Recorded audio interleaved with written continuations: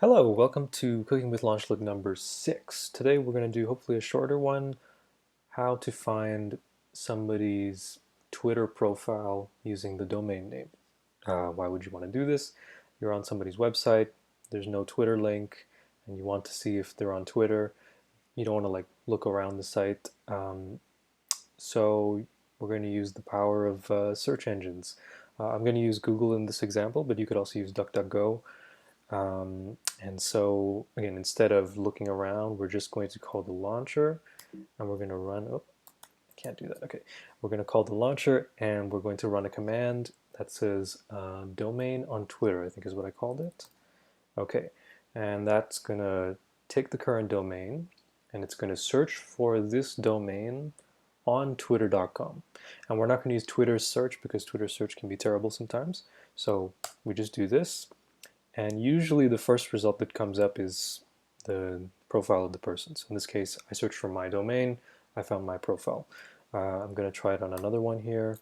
So this is Boris Mann, he's a friend of mine. I don't know where his Twitter link is, I don't know where it is, so I'm going to say domain on Twitter, run the command, and happens to be the first result.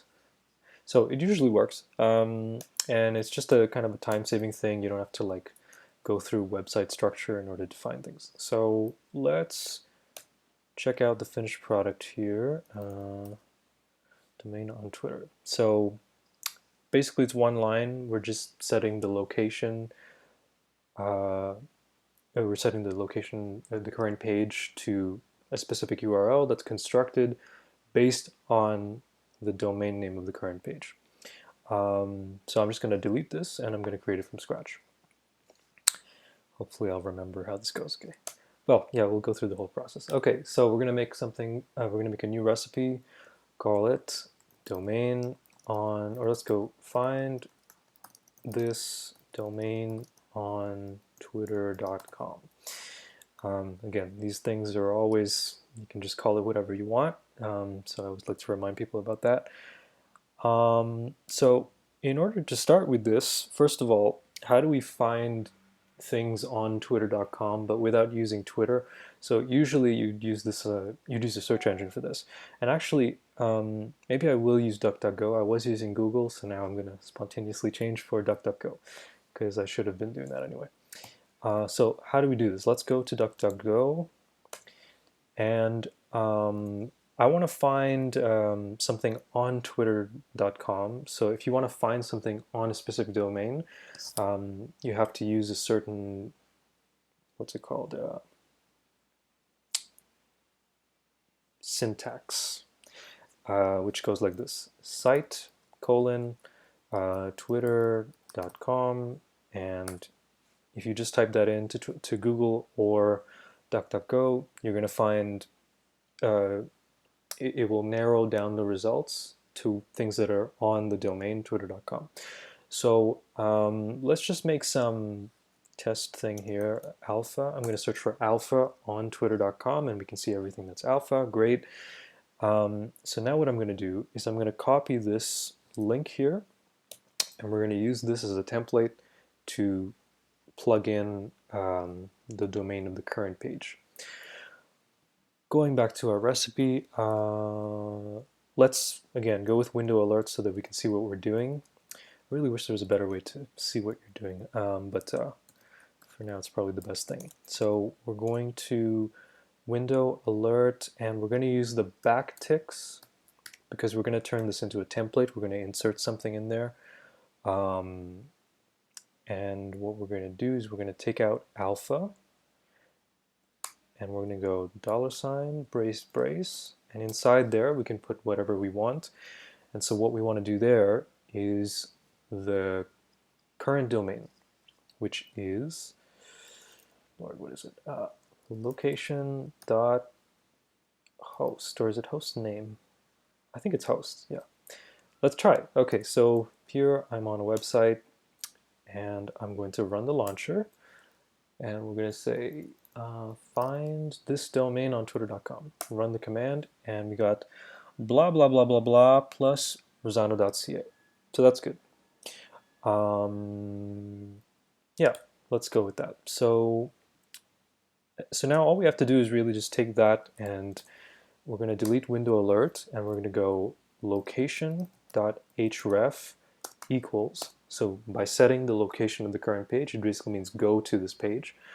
And we're going to set the current location to this URL.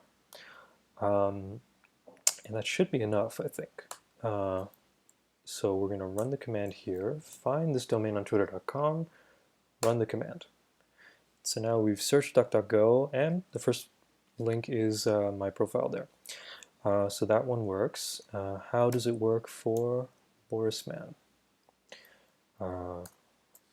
Run, oops, what's it called? Find this domain on twitter.com, run command, and works. There's Boris Mann, Vancouver, BC, bmanconsulting.com. So we found it there. And here's just another example. I didn't try it on the other one, but this is Dynamic Land. It's a really interesting project. I'm going to see what their Twitter profile is, but without looking through the website. Run the command, run the launcher, find this domain on twitter.com, and boom, there. Oh, no, this one isn't it. I don't think it's this one. Yeah, this one's not it. Okay, but it's the second one. So yeah, and this is also not a good idea. Okay, so this one's not a great example, but I think this is a DuckDuckGo problem. I think, unfortunately, Google might have done this better. Let's just quickly try this with Google and see what would have come up.